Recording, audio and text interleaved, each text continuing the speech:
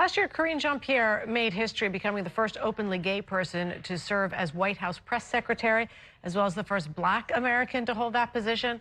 Washington Bureau reporter Kevin Frey recently sat down with her to talk about her career as well as her time here in New York. That's what pride means. It's lifting up our successes, but also taking care of each other. Karine Jean-Pierre says this year's Pride Month hits differently. Good afternoon, everybody. In the year since she made history, becoming the first openly gay person to serve as White House press secretary, Jean-Pierre has seen same-sex marriage enshrined in federal law. Her boss, President Joe Biden, signing the bill. While at the same time, state legislatures across the country have taken steps to curb LGBTQ+ rights. People might say it's a reaction to marriage equality. It's a reaction to the successes and how far we've moved forward. Probably, who knows, but it's happening nonetheless, and it's scary. She says it's a reminder of the protests that helped launch the gay rights movement and the early days of Pride. How we have to continue to fight, how we have to continue to lift each other up. Her own experience of embracing who she is was not an easy one. When, as a teenager growing up in New York, she first told her mom she's gay, Jean-Pierre says she was met with a revolted look that sent her, quote, running back into the proverbial closet. Her sexuality becoming a family secret for years. She writes in her memoir about even toying with becoming a nun to bury the issue altogether. It wasn't easy for me. It was very difficult. And guess what? Even if because it was difficult, I'm still okay. And I still went down my path and took my journey and ended up on the other side of it. She and her mom went on a journey too, one of learning and understanding. I was listening to my daughter and my mom talk on the phone last night, and my mom says to her, "You are my favorite granddaughter." Granted, she's her only granddaughter. And Soleil's smile was just so bright.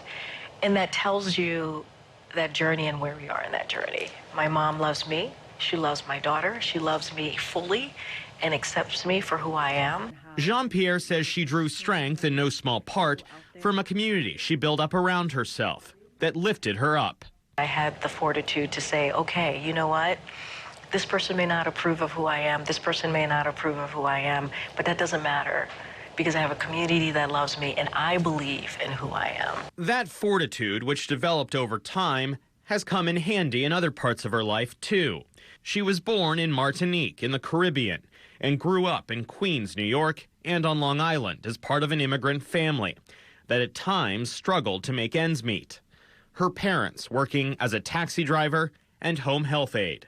She eventually found her calling in politics, first getting her feet wet in the rough and tumble of New York City as an aide to members of the city council. Is there anything that is transferable from the city council to White House press secretary? Absolutely. Look, you got to have grit.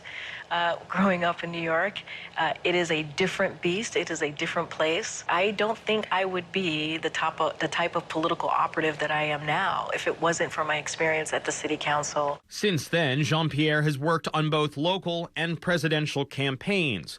She was part of the Obama White House team and the public face of the progressive organization Move On. This is like American Politics 101. Some of her earliest TV appearances were on New York One's Inside City Hall in 2015 and 2016. We show Jean-Pierre a photo of her on the program. When you look at this young woman, what do you think? And what would you tell her if you could? I would tell her to stay focused. You got this. Believe in yourself, trust your gut. Trust your instinct. Don't listen to naysayers. Did you anticipate when you were sitting in that round table that you would one day be in this sort of Absolutely not.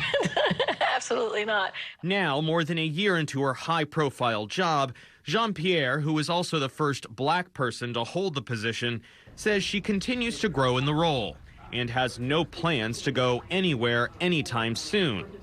Her presence behind that podium, she hopes, serving as a daily dose of encouragement to the LGBTQ+ community that she is now proudly and very publicly a part of. I hope if there's a little kid out there who's not sure, who is trying to figure it out, or who's afraid to be who they are, or who is not sure if they're going to be accepted, I want them to know by seeing me up there is that they are accepted, that they are enough, We see you, we love you, and we're going to continue to fight for you. At the White House, Kevin Frey, New York 1.